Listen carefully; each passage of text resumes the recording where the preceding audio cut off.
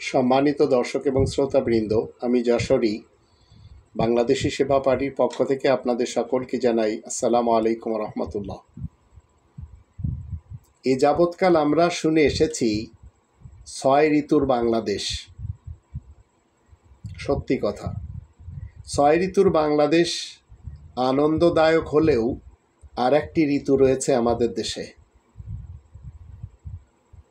সেটি এমন নারী, এমন ভয়ানক নারী, যার কারণে আমাদের দেশের অধিকাংশ সংসারে আগুন লাগানো। আর এই রকম নারী যদি আপনাদের সংসারে এসে যায়, আপনাদের সংসারের সুখ বলতে আর কিছু থাকবে না।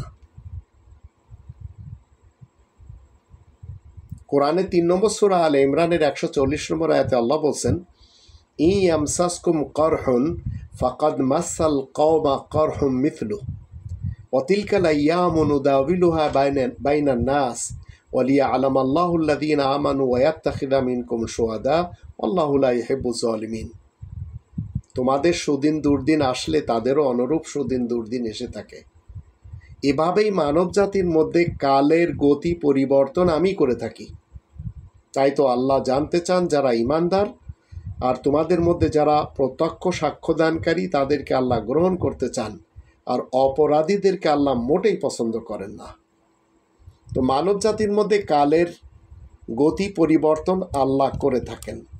তো ৬ ঋতুর বাংলাদেশ, এটি শান্তিময় হলেও আর এক ঋতু এই বাংলাদেশে রয়েছে। এই আর এক ঋতুর কাজ কি, কোন সমাজের সাথে তার সম্পর্ক? ২৪ নম্বর সূরা নূরের ২৬ নম্বর আয়াতে আল্লাহ বলেন, আল খবিসাতু লিল খবিসিন ওয়াল খবিসুনা লিল খবিসাত ওয়াত-তাইয়্যিবাতু লিত-তাইয়্যিবিন ওয়াত-তাইয়্যিবুনা লিত-তাইয়্যিবাত উলাইকা মুবাররাউনা মিম্মা ইয়াকুলুন লাহুম মাগফিরাতুন ওয়া রিজকুন কারীম। নোংরা মেয়েগুলো নোংরা পুরুষদের জন্য, আর নোংরা পুরুষগুলো নোংরা মেয়েদের জন্য, আর পবিত্র মেয়েরাই তো পবিত্র পুরুষদের জন্য, আর পাক পবিত্র পুরুষরা তো পবিত্র মেয়েদের জন্যই থাকে। তারাই তো এসব হতে নির্লিপ্ত, যা নাকি মানুষেরা বলে বেড়াচ্ছে। তাদের জন্য তো ক্ষমা আর সম্মানিত রুজির ব্যবস্থা রয়েছে। তো এই আয়াতগুলি যদি আপনাদের মাথায় থাকে, তাহলে ঋতু পরিবর্তন কেমন হয়, কেমনে হয়, কখন হয়, কেন হয়, এগুলি সব জানতে পারবো। ঋতু শব্দের অর্থ হলো কাল বা সময়, যা বছরের একটি নির্দিষ্ট অংশকে নির্দেশ করে। তো বাংলাদেশে ৬টি ঋতু বিদ্যমান রয়েছে, যা হলো গ্রীষ্ম, বর্ষা, শরৎ, হেমন্ত, শীত ও বসন্ত। এই ৬টি ঋতু পর্যায়ক্রমে আবর্তিত হওয়ার কারণে বাংলাদেশকে ৬ ঋতুর দেশ বলা হয়। আর ঋতু শব্দের অর্থ এবং বাংলাদেশের ৬টি ঋতু সম্পর্কে বিস্তারিত আলোচনা কি? ঋতু শব্দের অর্থ হলো একটি নির্দিষ্ট সময়কাল, যা সাধারণত আবহাওয়া, প্রকৃতি এবং পরিবেশের পরিবর্তনের সাথে সম্পর্কিত। বছরের বিভিন্ন সময়ে প্রকৃতির এই পরিবর্তনগুলোই ঋতু হিসেবে পরিচিত। আর বাংলাদেশের ৬টি ঋতুর মধ্যে গ্রীষ্ম, বৈশাখ এবং জ্যৈষ্ঠ মাস মিলেই হচ্ছে গ্রীষ্মকাল। এটি বছরের সবচেয়ে উষ্ণতম সময়। আর ২ নম্বরে হচ্ছে বর্ষা। আষাঢ় এবং শ্রাবণ মাস মিলে বর্ষাকাল। এ সময় প্রচুর বৃষ্টিপাত হয় আমাদের এই ছোট্ট জান্নাতি ভূখণ্ডে। ৩ নম্বর হচ্ছে শরৎ। ভাদ্র এবং আশ্বিন মাস মিলে শরৎকাল। এই সময়ে আকাশ পরিষ্কার থাকে এবং শিউলি ফুল ফোটে। আর হেমন্ত, কার্তিক এবং অগ্রহায়ণ মাস মিলে হেমন্তকাল। এই সময়ে শীতের আগমনী বার্তা শোনা যায়। ৫ নম্বর হচ্ছে শীত। পৌষ এবং মাঘ মাস মিলেই শীতকাল। এই সময় তাপমাত্রা কম থাকে এবং শীতের প্রকোপ দেখা যায় এই ছোট্ট বাংলাদেশে। আর ৬ নম্বর হচ্ছে বসন্তকাল। ফাল্গুন এবং চৈত্র মাস মিলে বসন্তকাল। এটি শীতের পর আসে এবং নতুন জীবনের আগমনী বার্তা নিয়ে আসে। ওর কথা ঋতু হলো সময়ের একটি ভাগ, এবং বাংলাদেশে এই 6টি ঋতু পর্যায়ক্রমে আবর্তিত হওয়ার কারণে একে 6 ঋতু দেশও বলা হয়। রবে শান্তির বিশ্বের অধিকাংশ দেশে বসন্ত, গ্রীষ্ম এবং হেমন্ত আর শীত এই 4টি প্রধান ঋতু দেখা যায়। কিছু দেশের জনগণ ঋতুকে আরও কয়েক ভাগে বিভক্ত করেছেন। তার মধ্যে বাংলাদেশ বলেন, ভারত বলেন, অস্ট্রেলিয়া বলেন, এসব দেশের 6টি ঋতু বিদ্যমান। সাধারণত পৃথিবীর বার্ষিক গতির কারণে ঋতু পরিবর্তিত হয়, তাও অঞ্চলভেদে। গ্রীষ্মমণ্ডলীয় এলাকায় 2টি ঋতু থাকে, বর্ষাকাল এবং শুষ্ককাল। আবার শীত প্রধান এলাকায় 2টি মাত্র ঋতু থাকে, পোলার ডে বসন্ত এবং গ্রীষ্ম, আর পোলার নাইট শরৎ এবং শীত। আর বাংলা বর্ষপঞ্জিকা অনুযায়ী 6টি ঋতু রয়েছে। প্রতি 2 মাসে একটি ঋতুর আবির্ভাব ঘটে। তো বাংলাদেশ ভূগোল এবং জলবায়ু নিয়ে যখন আমরা জানব, আবহাওয়া এবং জলবায়ুর উপর ভিত্তি করে 6টি ঋতুকে ভাগ করা হয়েছে, এবং 6টি ঋতুর প্রতিটির মেয়াদ 2 মাস ধরা হয়েছে।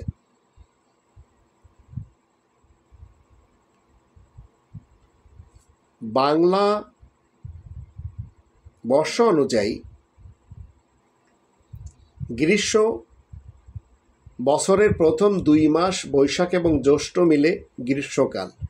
এই সময় সূর্যের প্রচণ্ড তাপে উত্তপ্ত হয়ে ওঠে ভূমি, জল শুকিয়ে যায়, অনেক নদী তার স্বাভাবিক নাব্যতা হারায়, জলশূন্য মাটিতে ফাটল ধরে, গাছে গাছে বিভিন্ন মৌসুমি ফল দেখা যায়, যেমন আম বলেন, কাঁঠাল বলেন, লিচু বলেন। বর্ষাকালে আমরা যদি দেখি, বাংলা বর্ষপঞ্জি অনুযায়ী গ্রীষ্মের পরের যে ঋতুটি হলো বর্ষাকাল। সে সময় প্রচণ্ড এবং মুষলধারে বৃষ্টিপাত গ্রীষ্মকালের সব তপ্ততা মিটিয়ে দেয়। রাস্তাঘাট বেশ কাদায় ভরে যায়, নদী নালা বেশ ভরাট হয়ে প্রকৃতিতে নতুন মাত্রা জাগিয়ে তোলে। আকাশে কালো মেঘ ওঠে। আষাঢ় এবং শ্রাবণ মাস মিলে বর্ষাকাল গঠিত হয়। এই সময় নদী নালা, খাল বিল জলে বা পানিতে পরিপূর্ণ হয়ে থাকে। শরৎকাল যখন আমরা দেখি, ভাদ্র এবং আশ্বিন মাস মিলে শরৎকাল। এটি ষড় ঋতুর 3য় ঋতু হিসেবে বিবেচিত। এই সময় কাশফুল বলেন, পদ্ম ফুল বলেন, শালুক বলেন প্রভৃতি ফুল ফুটতে থাকে। আকাশে সাদা মেঘ ভেসে বেড়ায়। এ সময় বায়ুর তাপমাত্রা ধীরে ধীরে কমতে থাকে।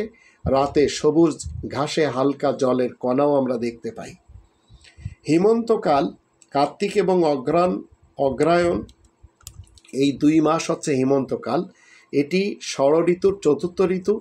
এই ঋতুতে কৃষকের মধ্যে ফসল কাটার ব্যস্ততা দেখা যায়। ঘরে ঘরে শুরু হয় নবান্নের উৎসব। আর শীতকাল পৌষ এবং মাঘ, এই 2 মাস মিলে শীতকাল গঠিত। শীতের সময় খেজুরের রস দিয়ে আমরা যারা যশোরের লোক বেশি বিভিন্ন ধরনের পিঠা পায়েস খাই। বনভোজনের আদর্শ এবং উপযুক্ত সময় হিসেবে শীতকাল বিবেচিত হয়ে আসছে। এই সময় কুলবরই বলেন, এটি খুব বেশি খাওয়া হয়। আর বসন্তকাল বাতাসে বয়ে থাকে প্রেম নয়নে। এই বাতাস আবার বিভিন্ন পাখিরা গুঞ্জন করে। আর ফাল্গুন এবং চৈত্র, এই 2 মাস মিলে বসন্তকাল। বাংলা পঞ্জিকা বর্ষে বসন্ত সর্বশেষ ঋতু হিসেবে স্বীকৃতি। এই ঋতুতে গাছে নতুন পাতা গজায় এবং ফুল ফোটে। আবহাওয়ার পরিবর্তন প্রকৃতিতে নতুন মাত্রা যোগের কারণ। বসন্ত ঋতু বা ঋতুরাজ বসন্ত নামে পরিচিত। নানা স্থানে বসন্ত বরণ অনুষ্ঠানও হয়ে থাকে। এবার আসুন আপনারা 7 নম্বর ঋতু। এই 7 নম্বর ঋতুর সাথে যদি আপনারা কেউ সম্পৃক্ত হন। তো এই 7 নম্বর ঋতু এমন এক নারী হয় আমাদের দেশে যে কিনা সফেদ সমাজকে কালো সমাজে পরিণত করার লক্ষ্যে দিন রাত একাকার করে দেয়, আর টিকটক, ফেসবুক এবং ইউটিউব নিয়ে ব্যস্ত থাকে।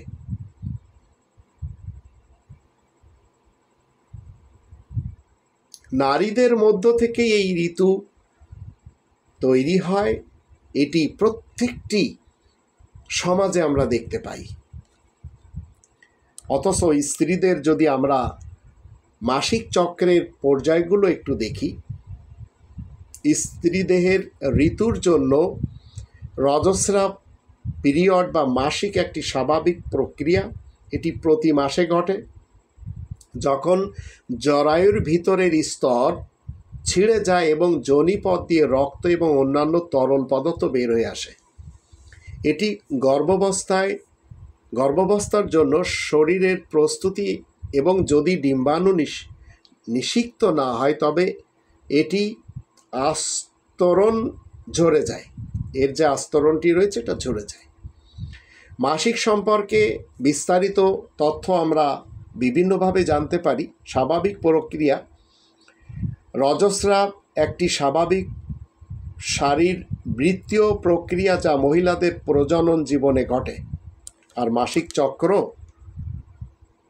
এটি মাসিক চক্রের একটি অংশ যা সাধারণত 28 দিন পর পর ঘটে থাকে।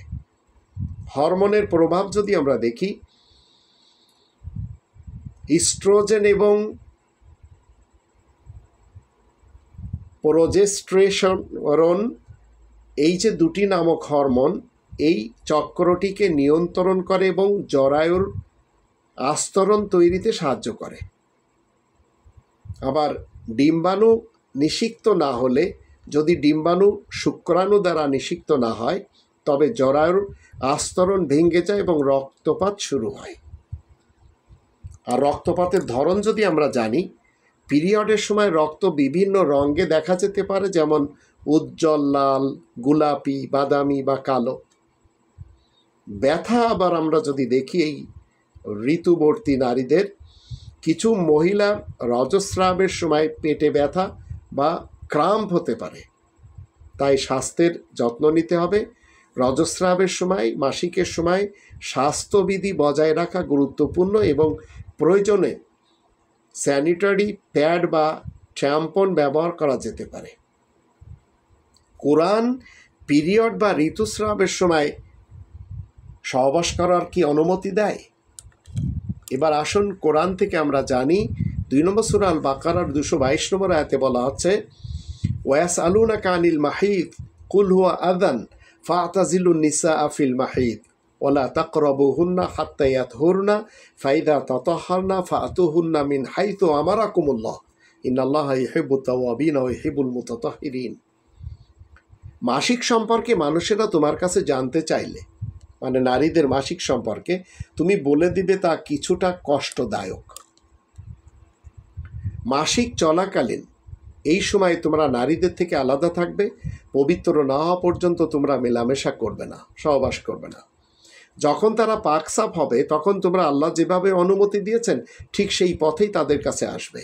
অনুতাপকারী এবং পরিচ্ছন্ন যারা, আল্লাহ তাদেরকে বড়ই ভালোবাসেন, এ কথা নিশ্চিত। তো ঋতুস্রাবের সময় সহবাস করলে মেয়েদের মাত্রার বেশি ব্লিডিং হয়, যেটা জরায়ু ক্যান্সারের দিকে লিড করে নিয়ে যায়। ঋতুস্রাবের সময় জরায়ুতে সামান্য আঘাতেও তীব্র ব্যথাও আবার অনুভূত হয়।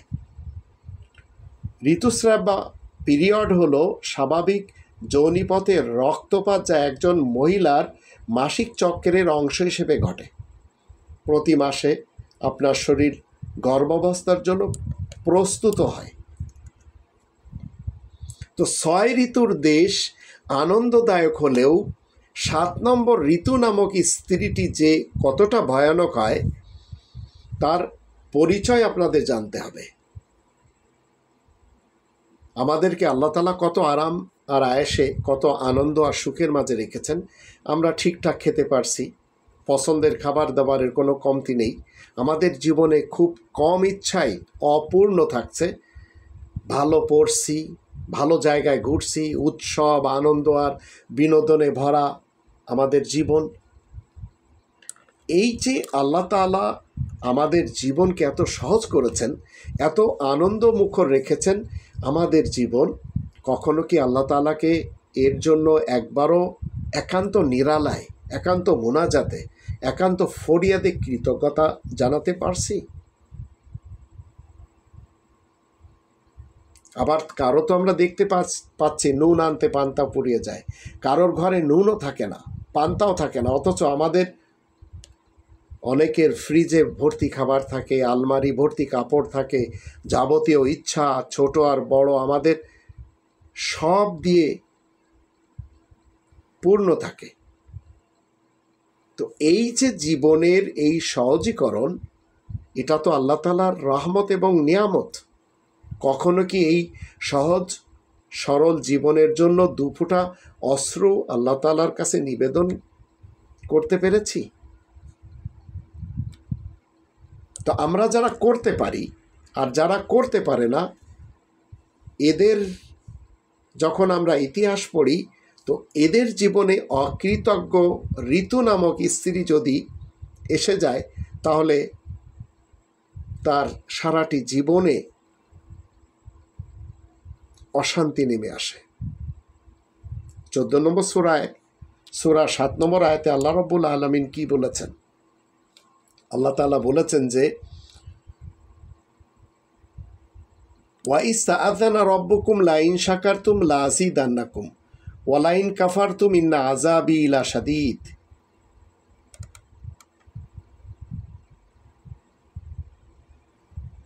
তোমাদের রব কি ঘোষণা করেছেন? তোমরা যদি কৃতজ্ঞ হও, তাহলে আমি সহযোগিতার হাত অনেক বাড়িয়ে দিব, আর যদি অকৃতজ্ঞ হও, তাহলে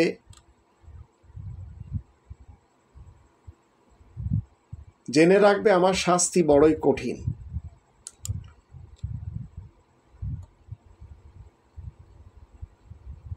আমরা যখন এই ঋতুমার্কা স্ত্রী পেয়ে যাই, এই ঋতুমার্কা স্ত্রীরা যখন স্বামীদের ঘরে আসে, তখন এরা কোনোভাবেও মেনে নিতে পারে না স্বামীর ভাই বোনদেরকে, স্বামীর মা বাবাকে, স্বামীর আত্মীয় স্বজনদেরকে।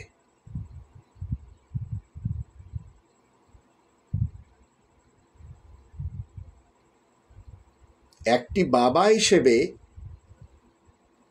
তার কন্যা সন্তান এবং ছেলে সন্তানের ব্যাপারে কি বলে? বাবারা বলে যে আমার ছেলে ততক্ষণ আমার, যতক্ষণ না সে বউ পেয়ে যায়, আর আমার মেয়ে ততক্ষণ যতক্ষণ না আমার জীবন শেষ হয়ে যায়। যদিও এই মুহূর্তে এটা উল্টো হয়ে গেছে, কারণ অনেক মেয়েরা স্বামীর ঘরে যাওয়ার পর তারা আবার বাবাকে ফোন করে বলে যে, বাবা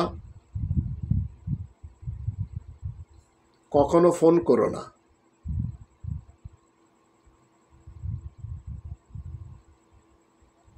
তো আমাদের দেশ এমন একটি দেশ যেখানে এই ঋতু নামক নারীরা এমন কিছু কর্ম করে যার জন্য পুরুষের চোখে পানি আসে। তা আমি তাদেরকে বলতে চাই, পুরুষের এক ফোঁটা চোখের পানির মূল্য আপনারা নিজের জীবনের বিনিময়েও দিতে পারবেন না, অথচ আপনারা ঋতু নামক নারী হয়ে খুব সহজেই পুরুষকে কাঁদতে দেন বা কাঁদিয়ে দেন। আমি আমাদের দেশের স্ত্রীদেরকে বলবো, আপনারা স্বামীদের সাথে সতর্কতার সাথে কথা বলবেন। স্বামী যত খারাপ হোক না কেন, স্বামীর সাথে ভালো ব্যবহার করেন, কারণ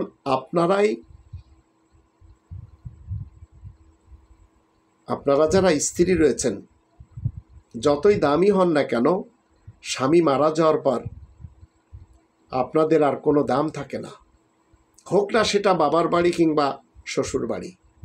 বাংলাদেশের আবহাওয়া এটিই তো বলে। আমাদের দেশের যারা ফেসবুক ব্যবহার করে চলেছে, টিকটক ব্যবহার করে চলেছে, যারা ইউটিউব ব্যবহার করে চলেছে, এই নারীগুলি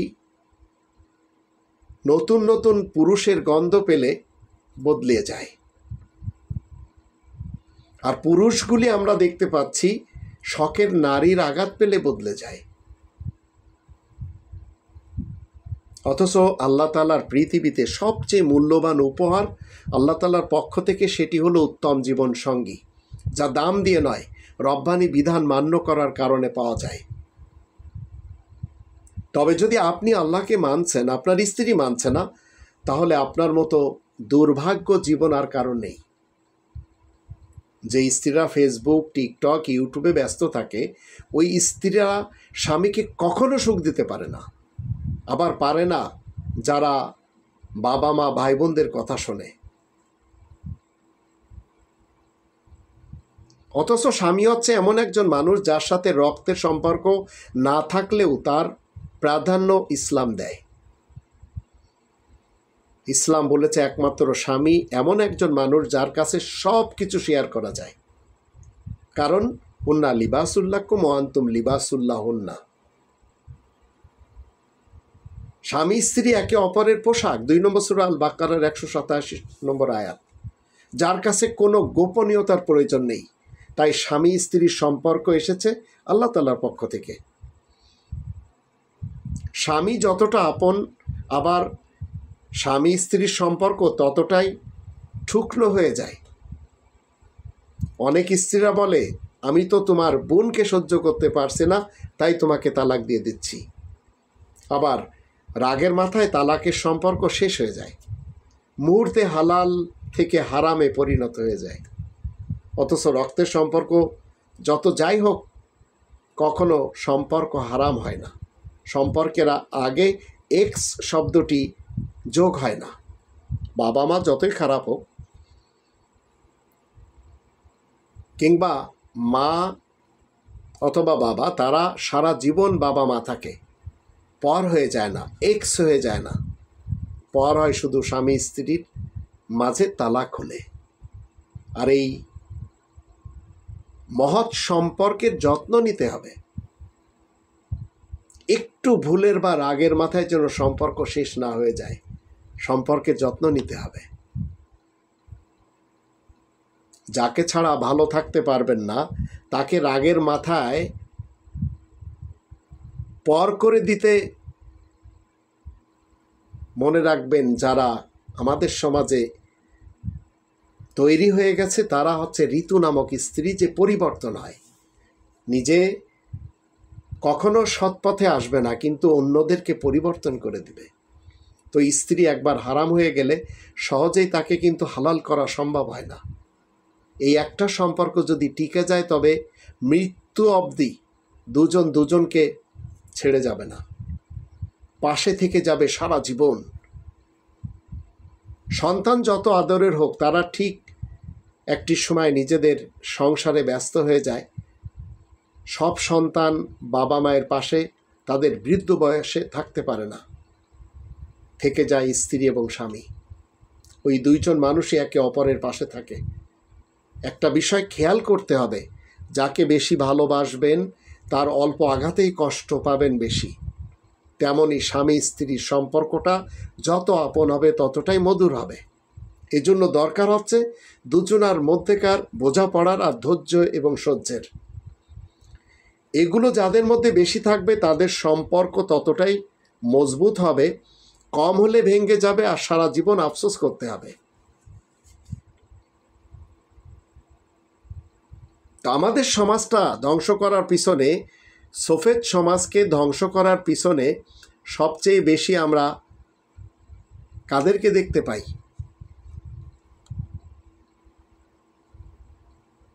এই ঋতু নামক পরিবর্তনশীলা স্ত্রী। এরা কি করে? এদের স্বামী স্ত্রীর মাঝে ঝামেলা হয়। স্বামীর সাথে যখন ঝামেলা চলছিল, তখন অনেকে এই ঋতু নামক স্ত্রীকে বলেছিল, স্বামীর সাথে বনিব না, না হলে ছেড়ে দাও।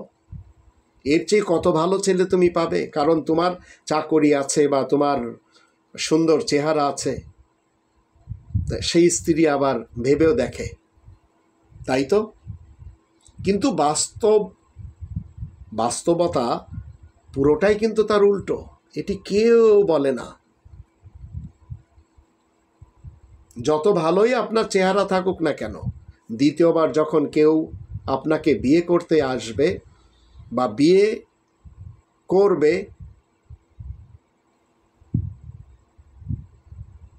সে বিবাহ কি জন্যই করবে?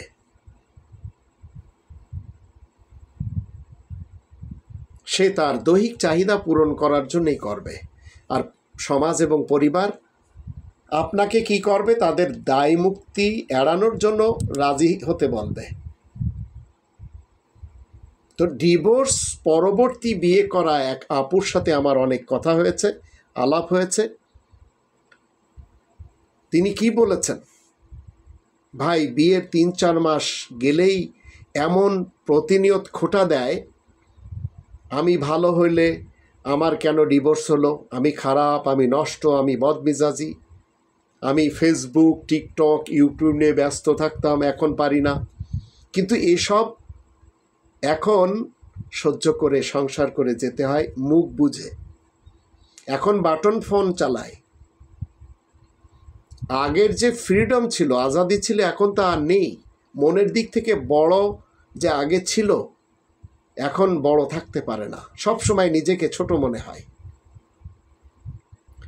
দ্বিতীয় পুরুষের ছোঁয়ায় প্রথম স্বামীর অনুভূতিগুলো মনের ভিতরে যখন আসে,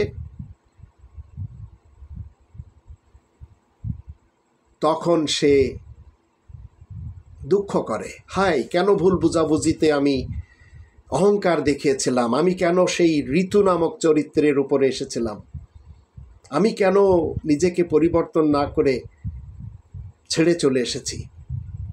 তো স্বামী স্ত্রীর সম্পর্কে ভুল বুঝাবুঝি হলে নিজেরাই মিটিয়ে ফেলতে হবে। তৃতীয় কোনো ব্যক্তির পরামর্শ নেওয়া যাবে না। আপাত দৃষ্টিতে মনে হতে পারে ডিভোর্স হলেই হয় বেঁচে যাব, বাঁচবেন ঠিকই, কিন্তু একা হয়ে যাওয়ার যন্ত্রণা আপনাকে শেষ করে দিবে।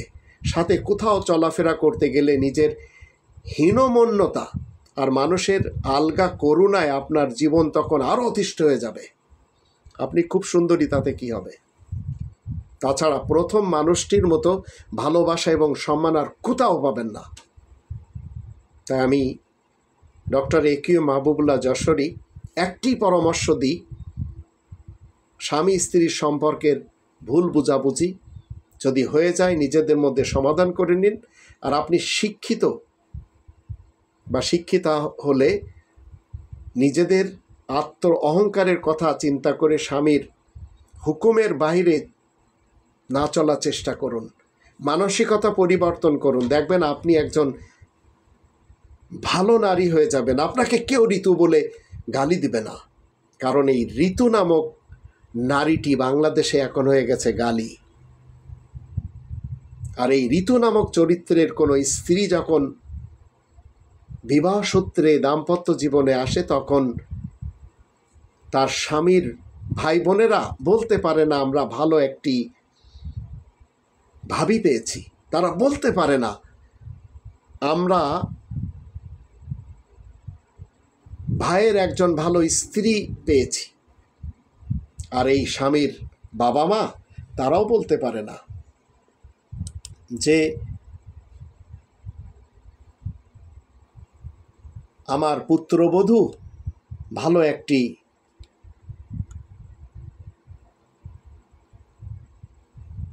স্ত্রী এনেছে, আমার পুত্রবধূ নিয়ে আমি গর্ব করি। এখন যদি আপনারা ঋতু চরিত্রের হন, তাহলে মনে রাখবেন জীবনটা আপনাদের ধ্বংসের পথে। আল্লাহ আমাদের সবাইকে তৌফিক দান করুন। যে সমস্ত ঋতুমার্কা স্ত্রীরা এই সমাজে